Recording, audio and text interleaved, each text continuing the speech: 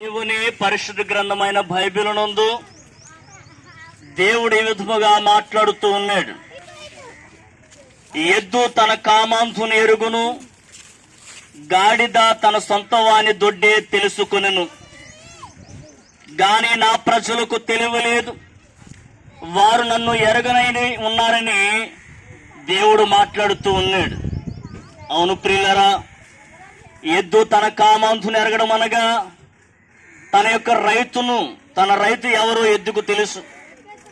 గాడిద తన సొంత వాని దొడ్డు తెలుసుకున్ననగా అది ఏ దొడ్డులో బ్రతుకుతూ ఉన్నదో గాడిదకు తెలుసు.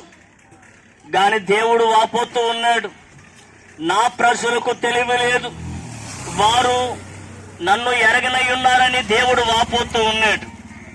అవును ప్రియులరా, లేఖనం సాక్ష్యం ఇస్తూ ఉన్నది.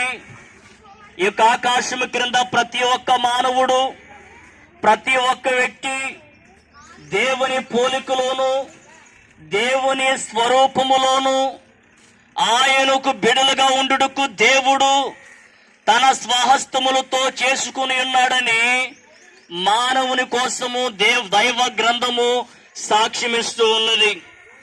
అయితే ప్రియులారా, దేవుని పోలికలోను, దేవుని స్వరూపములోను ఆయన చేతుల ద్వారా చేయబడినటువంటి మానవుడు తన్ను పుట్టించినటువంటి దేవునికి ఎంత మాత్రమును లోబడడం లేదు.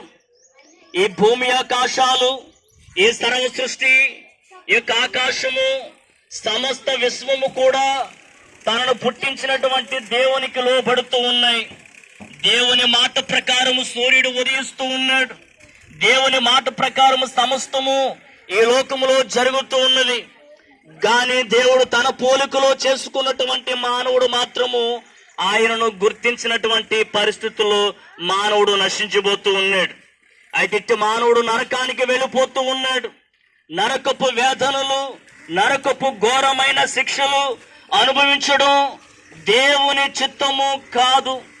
కాబట్టి దేవాది దేవుడైన యేసుక్రీస్తు వారు నరవతారిగా ఈ లోకములోనికి దిగివచ్చి ఆయన నా పాపాలు పరిహరించుట కొరకు 2000 సంవత్సరాల క్రితమే మరి ప్రపంచానికి నడుబొడ్డైన ఇజ్రాయేల్ అనబడిన దేశములో సర్వ మానవాళి పాపముల కొరకు తన పవిత్రమైన రక్తమును ఒలికించి ఆయన శిలువలో మరణించారు.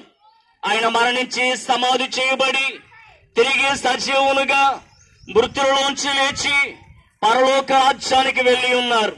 ఈ మాటలు వింటున్న ప్రియ సహోదరి సహోదరుడా, దేవుని ప్రజలారా గమనించండి.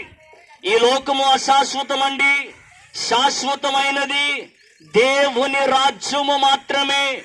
ఆ దేవుని రాజ్యములోనికి మనందరినీ చేర్చుట నిమిత్తమై దేవాది దేవుడైన యేసుక్రీస్తు వారి శిలువలో మరణించారు. ఆయన చేసిన పుణ్య కార్యము ద్వారా ప్రతి ఒక్క మానవుని యొక్క పాపాలు పరిహరించబడుతూ ఉన్నాయి. ఆయన రక్తములో ప్రతి ఒక్క మానవుడు పునీతుడిగా తీర్చబడుతూ ఉన్నాడు. అట్టి మానవుడు దేవుని రాజ్యానికి వారసులుగా తీర్చబడుతూ ఉన్నారు. కాబట్టి ప్రియులారా, సిద్ధపడండి.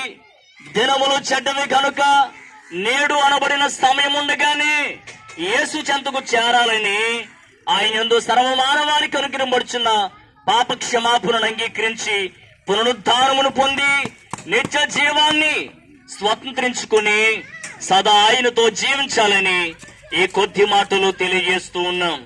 దేవుడు మీ అందరినీ దీవించునుగాక. మన ప్రాంతం క్షేమం కొరకు చిన్న ప్రార్థన.